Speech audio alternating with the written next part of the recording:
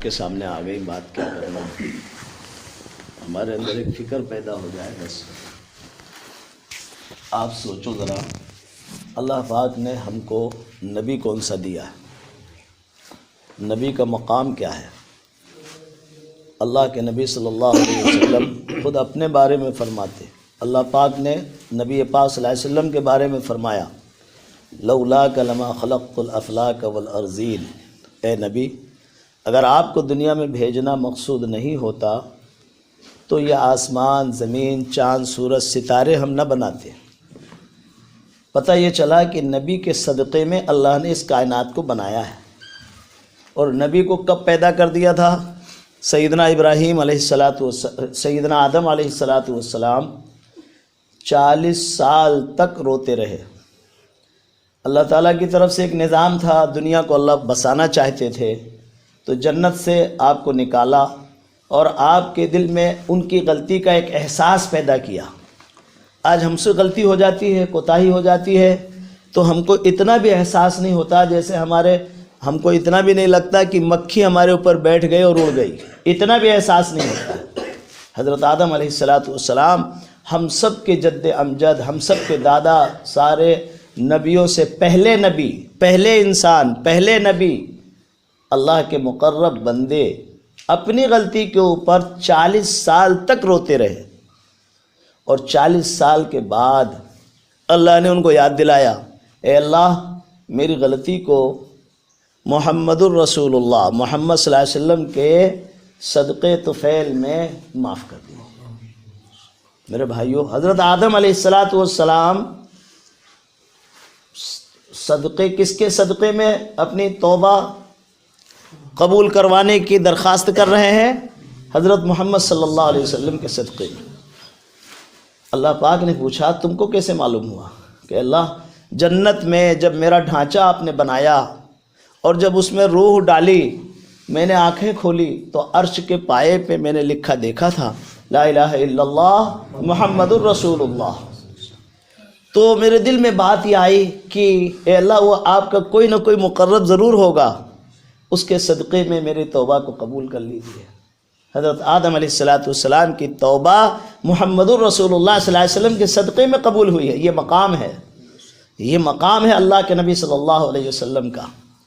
اور اللہ پاک نے بھیجنے کے اعتبار سے دنیا میں سب سے آخر میں بھیجا ہے، سب سے آخر میں بھیجا ہے، اور سارے نبیوں کا امام بنا کر کے بھیجا، امام الانبیاء بنایا آپ کو۔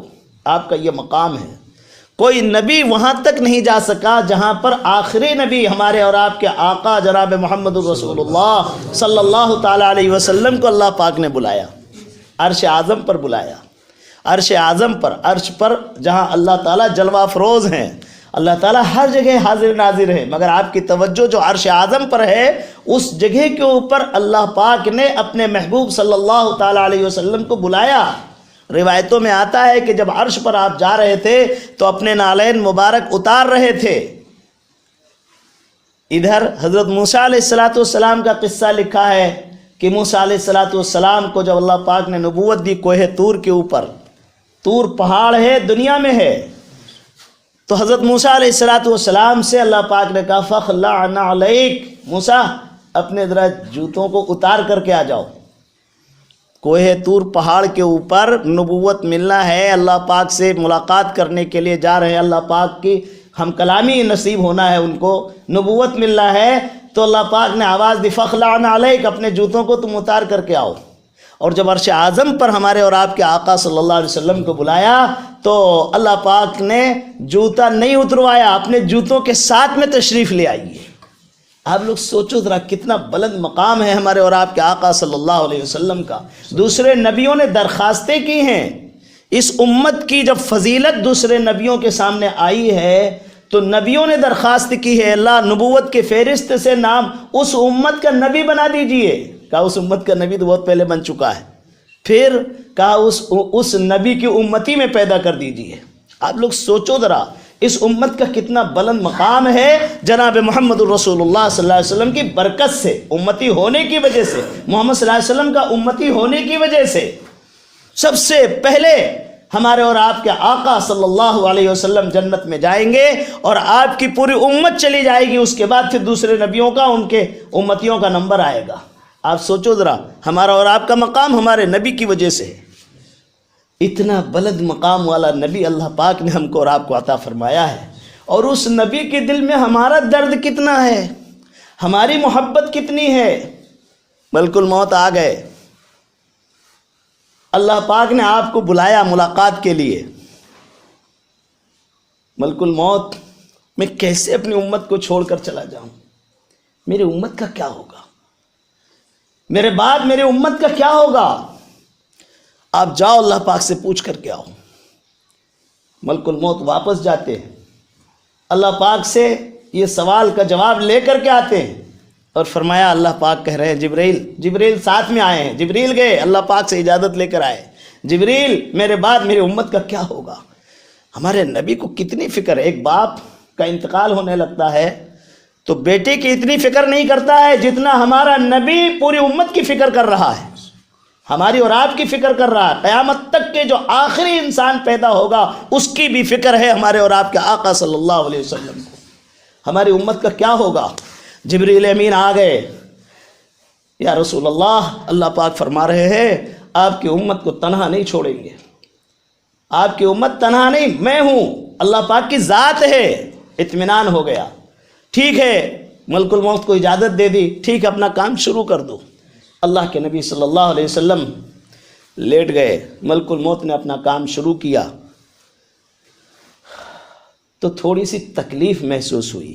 اللہ کے نبی صلی اللہ علیہ وسلم کو تھوڑی سی تکلیف، روح نکلنے کی وجہ سے، جسم سے جدا ہونے کے وقت میں تھوڑی سی تکلیف محسوس ہوئی، تو ہمارے اور آپ کے آقا صلی اللہ علیہ وسلم نے کہا ٹھہرو ذرا، بتاؤ جو تکلیف مجھے محسوس ہو رہی ہے اس وقت جسم سے روح کے جدا ہونے میں، کیا میرے امتیوں کو بھی تکلیف ہوتی ہے؟ میرے بھائیوں مسلمانوں، سوچو ذرا، ہم اس نبی کے امتی ہیں جس نبی نے پل پل ہماری فکر کی ہے، پل پل دنیا سے جا رہے ہیں، پردہ فرما رہے ہیں، اور ملک الموت سے پوچھ رہے ہیں کیا ہمارے امتی کو بھی یہ تکلیف ہوتی ہے کیا؟ ملک الموت کہتے ہیں یا رسول اللہ آپ کو میں تکلیف کیسے دے سکتا ہوں؟ ایک فطری چیز ہے، جب جسم سے روح نکلے گی تو اللہ پاک نے فرمایا کل نفس ذائقۃ الموت، ہر نفس موت کا ذائقہ چکھے گا۔ اس کا مطلب ہے کہ موت کی کوئی نہ کوئی لذت ہے۔ اب لذت دو طرح کی ہوتی ہے، لذت یا تو میٹھی ہوتی ہے یا کڑوی ہوتی ہے، کچھ نہ کچھ تو احساس ہوگا ہی۔ اللہ کے نبی صلی اللہ علیہ وسلم محسوس کر رہے ہیں، تو ملک الموت نے امت کی موت کے حالات بیان فرمائے۔ یا رسول اللہ آپ کی امت کی موت، ان کی روحیں نکلنے کے مختلف انداز ہیں۔ کسی کی روح تو ایسی نکل جاتی ہے جیسے گندے ہوئے آٹے کا بال نکل جاتا ہے، اور کسی کی روح ایسی نکلتی ہے جیسے کانٹے دار جھاڑی کے اوپر سوتی کپڑا ڈال دیا جائے اور ایک طرف کپڑے کو کھینچا جائے، ایک طرف کانٹے دار جھاڑی کو کھینچا جائے، کپڑا تار تار ہو جاتا ہے۔ یا رسول اللہ بہت تکلیف تو فطری چیز ہے، ایسی تکلیف ہوتی ہے۔ محمد الرسول اللہ صلی اللہ علیہ وسلم کی آنکھوں میں آنسو آ گئے اور ملک الموت سے کہا ملک الموت جتنی تکلیف میری امت کو پہنچنے والی ہے موت کے وقت، سب اس وقت مجھے دے دو، مگر امت کو تکلیف مت پہنچاؤ۔ سوچو ذرا میرے بھائیوں، اللہ کے نبی صلی اللہ علیہ وسلم کو اپنی امت سے اتنا تعلق ہے اور اتنی محبت ہے، اور امت آپ کی اس محبت کا کیا حق ادا کر رہی ہے؟ اللہ کے نبی صلی اللہ علیہ وسلم کی صریح حدیث ہے قرۃ عینی فی الصلاۃ، میرا امتی کہیں کا بھی رہنے والا ہو، جب وہ نماز پڑھتا ہے تو میرے آنکھوں کو ٹھنڈک پہنچتی ہے، میرے آنکھوں کو ٹھنڈک پہنچتی ہے۔ مسلمانوں بتاؤ، آج ہم نمازوں کو چھوڑ کر کے اپنے نبی کو تکلیف پہنچا رہے ہیں یا اپنے نبی کو راحت پہنچا رہے ہیں؟ برائیاں کر کے یہ اعمال نامے اللہ کے نبی صلی اللہ علیہ وسلم کی خدمت میں پیش کیے جاتے ہیں۔ ہمارے جب برے اعمال کا رجسٹر پیش کیا جاتا ہوگا تو ہمارے آقا صلی اللہ علیہ وسلم کو کتنی تکلیف نہیں ہوتی ہوگی۔ سوچو ذرا، اندازہ لگاؤ، جب تک کہ آپ اس دنیا میں تشریف فرما تھے، باحیات تھے، تو کفار اور مشرکین نے چین سے رہنے نہیں دیا۔ مقام اتنا بلند ہے، لیکن ہمارے آقا صلی اللہ علیہ وسلم ارشاد فرماتے ہیں اللہ کے راستے میں مجھے جتنا سارے نبیوں کو ستایا گیا ہے سب کی تکلیفوں کو ایک طرف رکھ دیا جائے اور میری تکلیف کو ایک طرف رکھ دیا جائے تو میری تکلیف کا پلڑا بھاری ہو جائے گا۔ آپ کو کفار و مشرکین نے ستایا، قدم قدم کے اوپر ستایا، اور آج ہم مسلمان ہو کر کے نبی کو تکلیف پہنچائیں۔ نبی کا دین ہمارے گھروں سے اجڑ رہا ہے۔ کتنی قربانیوں کے ساتھ یہ دین آیا تھا، کتنی عورتیں بیوہ ہوئی، کتنے بچے یتیم ہوئے تھے، پھر یہ دین ہمارے گھروں میں آیا ہے۔ آج مسلمانوں ہم اس کو اپنی میراث سمجھ کر کے بیٹھ گئے، اور جو حق اس دین کے آنے کا تھا وہ نہیں ادا کر رہے تو اللہ نے باطل قوتوں کو ہمارے اوپر مسلط کر دیا۔ چلو آؤ اب ہم تم کو سدھارنے کی کوشش کر رہے ہیں۔ ایسے حالات کے اندر بھی میرے بھائیوں، اگر ہم جاگے نہیں، ہم نے اپنی غفلت کو دور نہیں کیا اور اللہ سے اپنا تعلق مضبوط نہیں کیا، اپنے نبی سے اپنا تعلق مضبوط نہیں کیا، تو میرے بھائیوں ہم دنیا کے اندر بھی ذلیل و خوار ہوں گے اور آخرت کے اندر بھی ذلیل و خوار ہوں گے۔ اس لیے آج موقع ہے، آج ہمارے پاس وقت ہے، اس وقت کے آنے سے پہلے کہ باطل ہم کو ہمارے گھروں سے اجاڑ دے، ہمارے گھروں سے نکال دے۔ باطل ہم کو نکالنے کے لیے آئے تب ہم نکلے اپنے گھروں سے، اس سے پہلے اللہ کے دین کے لیے اپنے آپ کو نکالو۔